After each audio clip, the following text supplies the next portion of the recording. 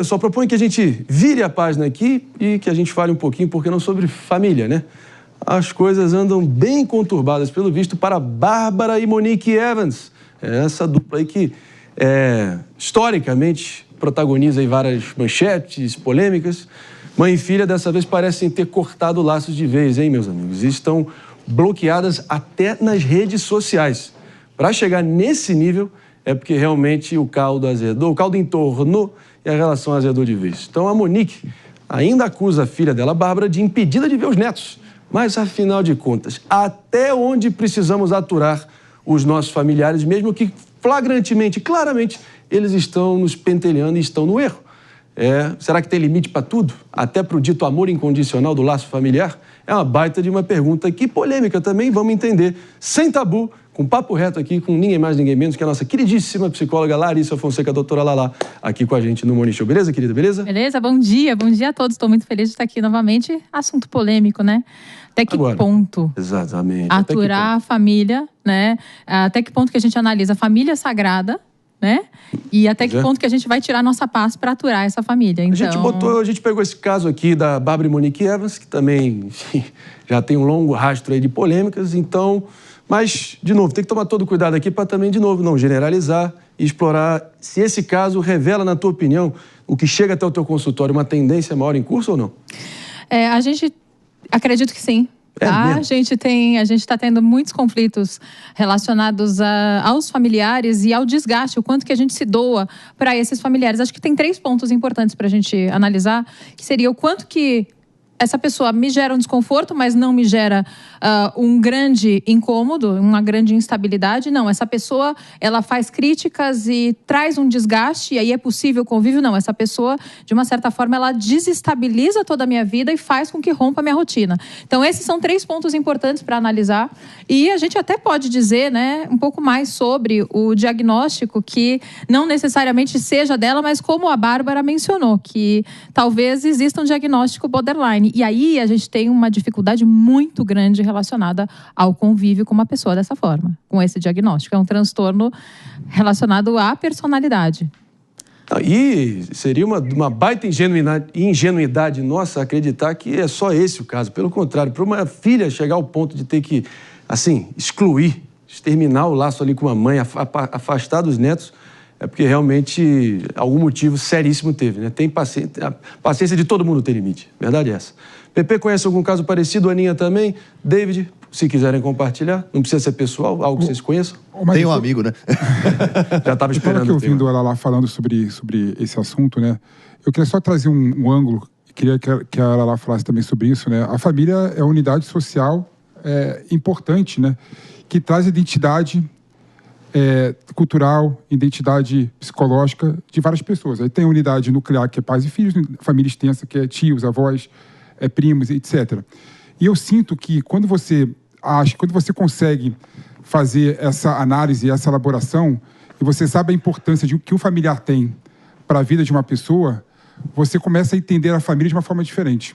Por exemplo, no caso da Monique Evans e da Bárbara Evans, por exemplo, sem sombra de dúvida, o contato do neto com a avó é muito importante. Então, nesse aspecto, talvez seja importante você aturar, né, para o bem de ter um vínculo e ter uma certa permanência entre a avó e neta, de modo a desenvolver o neto numa vida muito mais plena do que sem a avó e sem os avós. Sim. Tem pontos importantes nesse aspecto, né? Para ela chegar ao ponto de romper, né, se realmente o diagnóstico estiver correto, né, é algo que, por exemplo, o neto, né, precisa de uma certa supervisão ali nessa relação com a avó. É muito difícil lidar com uma pessoa com um diagnóstico borderline, porque essa pessoa destrói você, né? Ela é complicada, é delicado, assim, mas ela tem uma alta irritabilidade, ela tem uma impulsividade, é uma pessoa extremamente impulsiva, que às vezes até tem gastos exorbitantes. Eu atendo um caso na clínica, né? Normalmente eu pego paciente borderline. Deixa eu te interromper um pouquinho. Vamos lá. Que o Tony já foi, né? E o negócio de tradutor já foi também. O que é borderline? Vou só fazer, então, é a boa pergunta aqui, é o gancho só para recepcionar todo mundo que está nos ouvindo também na Rede Jovem Pan de Rádio, doutora Lala Fonseca, psicóloga de mão cheia, já da nossa clientela aqui no Morning Show, dando papo reto a partir do último caso, as informações que chegam dessa cisão completa entre Bárbara e Monique Evans, filha e mãe. A mãe, no caso a avó dos filhos de Bárbara, que também não está tendo acesso aos filhos, tem um transtorno borderline, pelo visto. Isso foi um agravante nessa situação. E será que isso é mais presente na sociedade brasileira do que a gente imagina? Na família brasileira? A doutora Lala tem a palavra aqui, até para explicar que troço é esse de borderline. Vamos lá. Respondendo, né? O transtorno borderline é um transtorno de personalidade, em que a pessoa tem uma predisposição genética, né? E também tem alguns agravantes durante a vida que faz com que ela apareça esse diagnóstico. É aquela pessoa que você... Imagina que você está aí na sua casa e aí a pessoa vai chegar na sua casa e você não sabe se você vai ser recebido com um buquê de flores ou com um vaso na cabeça. E você não sabe nem por que isso acontece. Tipo um bipolar? Não é um bipolar. O bipolar é um transtorno de humor, né? E o bipolar, na verdade, ele tem ciclos. Então, assim, ele passa uma semana, né? Algum período de tempo deprimido e triste, né? Tem vários níveis, a gente não precisa entrar necessariamente, mas ele tem a fase da mania, né? E aí a fase é onde ele aparece, onde ele faz show, onde talvez você até perceba ali, você fala assim, nossa, mas está fora do tom. Borderline, literalmente, a tradução é você está no limite, na fronteira ali entre a sanidade e a insanidade, né? E nesse limiar. E é muito difícil conviver com uma pessoa, porque ela tem um diagnóstico que ela poderia cometer um suicídio, tem automutilação, então a família toda fica pisando em ovos nessa relação, porque ela acredita que pode perder essa pessoa. Então o rompimento com ela também é muito difícil. E aí, Aninha? Não, mas você sabe, vou puxar a sardinha um pouco pro lado jurídico, que é minha área de atuação. Lá vem a Maria Código. Não é isso, mas é engraçado, porque o que ela lá tá falando tem muito a ver com o que a gente tem visto de interpretações e de decisões judiciais, e até o anteprojeto do Código Civil, ele trata muito disso. Porque assim, a gente tem a premissa de que por ser família eu tenho que tolerar pro resto da vida.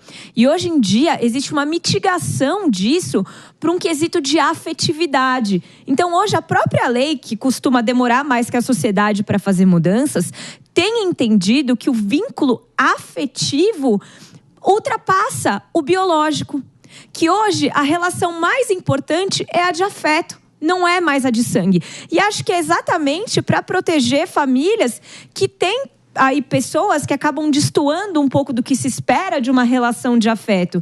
Hoje a gente tem essa questão e eu acho que é importante só trazer uma diferenciação, porque a gente está falando de borderline, me parece que é uma doença.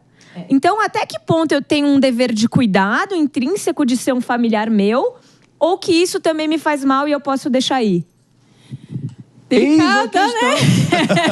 Às 11h46, hein, galera? Não, mas é para colocar em discussão. Sim. Acho que não tem uma resposta... O famoso se vira nos 30. Exatamente. Essa decisão acaba sendo extremamente pessoal e particular. Até quanto que você convive. E aí eu diria, né...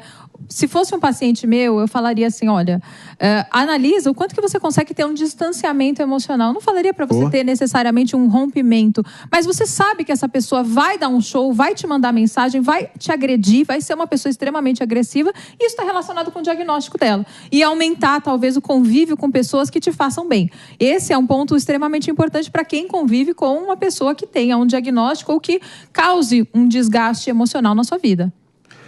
Meus amigos, eu proponho que a gente... Tá dado o papo aqui, vamos ficar esperto também para identificar essas pessoas, também os indícios ali na largada, para tentar não deixar que realmente chegue a uma situação alucinada dessa aí, por exemplo, da Bárbara e da Monique Evans. Mas, vamos virar a página aqui, tem outro papo aqui que eu quero muito trocar com a nossa doutora Lala, que é o seguinte, Pepe vai me ajudar a contextualizar para vocês. Sabem quanto que Rafaela Santos, irmã de ninguém mais, ninguém menos que Neymar Júnior, menino Ney, sabe quanto a Rafaela gastou de cartão de crédito? 6 milhões de reais. Sim, 6 milhões de reais, é exatamente isso que vocês ouviram.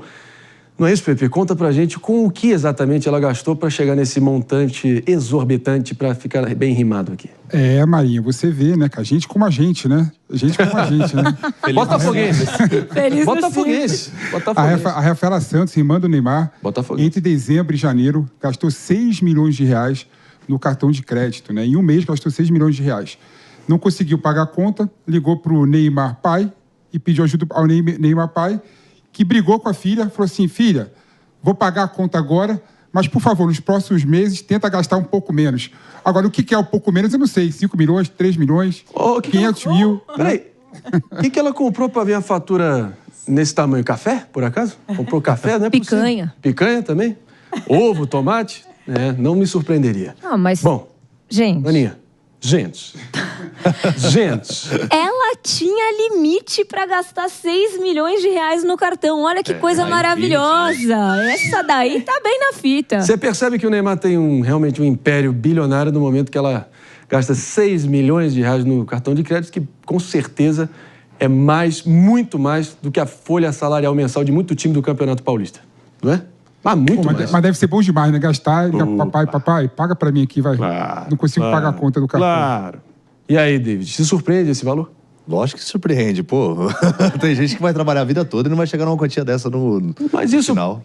Mas assim, a gente tem até essa questão, né? Assim, tudo bem, não são 6 milhões, mas quem nunca pediu ajuda para os pais para contribuir com uma renda, com uma necessidade? Se a gente olhar, né, quantas vezes pessoas pedem dinheiro emprestado ou pedem auxílio para os familiares e, às vezes, está relacionado com a dificuldade desse controle de impulsos, né? Porque não necessariamente é porque está faltando dinheiro, mas porque eu gastei demais e não deveria ter gasto. Inclusive, pai, muito obrigada por todas as vezes que você me socorreu, que não foram poucas. Aê, boa. É legal. Honestidade também aqui, claro. Pô, também. Tamo junto. Paizão, uma PP. Não é todo mundo que pode, claro, é um privilégio, mas tem que exaltar. Tem que saber de onde a gente veio, saber quem é que ajudou a dar um empurrão na hora certa. Sim, claro que o Neymar... Até voar sozinho. Claro que a família Neymar é bilionária, né? Claro que o limite deles é muito maior do que uma pessoa comum, né? Mas esse fato, na minha opinião, ela tem muito mais a ver com a questão de impor limite mesmo, né? É uma pessoa que gasta 6 milhões de reais em um mês, né?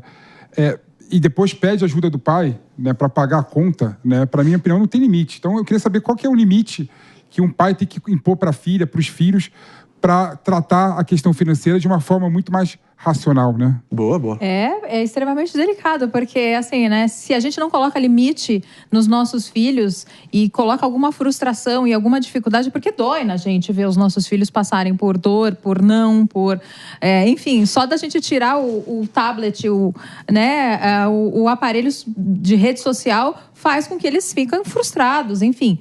Mas é importante a gente dizer, né, relacionado à questão dos gastos, o quanto que essa pessoa está preparada para a vida, né? E a gente poderia até inferir, né, não necessariamente neste caso, mas uma pessoa que tem dificuldade de controle de impulsos, é possível sim que ela seja uma pessoa bipolar, como o David mencionou aqui, perguntando sobre o diagnóstico. Um bipolar, ele tem gastos muito altos. Um borderline tem um gasto muito alto. Uma pessoa com uma depressão maior, às vezes, ela acaba tendo um episódio que acaba tendo gastos muito altos. Então, ela se perde na tentativa de compensar esse vazio e essa angústia que ela tem gastando.